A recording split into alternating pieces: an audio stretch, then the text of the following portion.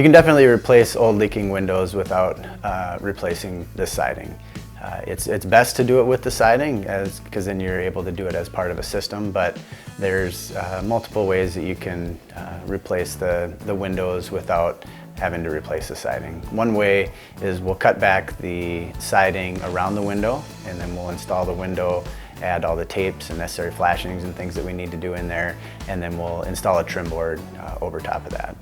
If it's vinyl siding or steel siding, we can actually take that old siding down, put the window in, do all the flashings and tapes, and then put the old siding back up.